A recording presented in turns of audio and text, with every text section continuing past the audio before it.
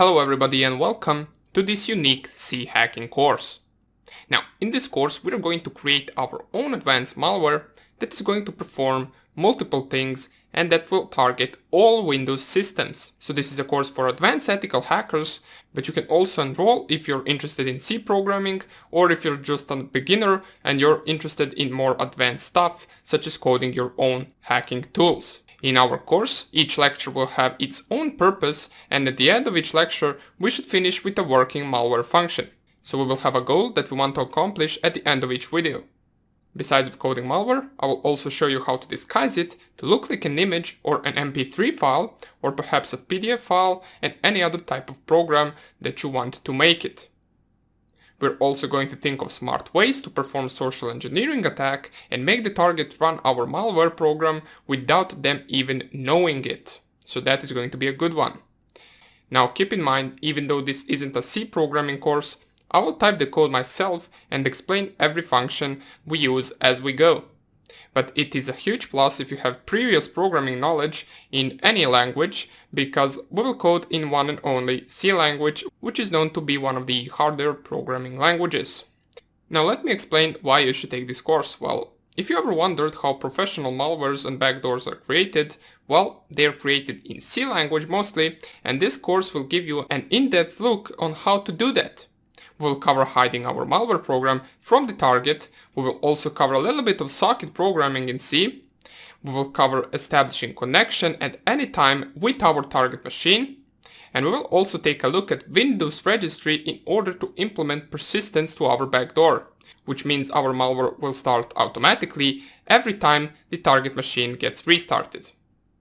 We will see also an example of adding a keylogger in C that will be able to capture any keystrokes that the target inputs in their keyboard, and we will do many other things as well. We're going to code along in this course, which means I will type the code myself as we go, and I will also explain it. But I also thought of the people who want to have the code already in front of them and follow the course like that, because it makes them focus more on the explanation. So I will have ready to download source code in the last lecture of the course. So feel free to download it and follow the course line by line if that is what you prefer. But you should keep in mind that if you are a beginner in ethical hacking and you haven't taken a course on it, this might not be the first course you should take, because this will be rather advanced course. It is basically a course, as I said, for programmers and for ethical hackers with previous experience. But if you're interested and if you're ready to focus a little harder to understand everything, I'm happy to help you with any questions you might have. So anything that you might wonder about, any function that you do not fully understand, feel free to post it in the Q&A section and I will respond as soon as I see it.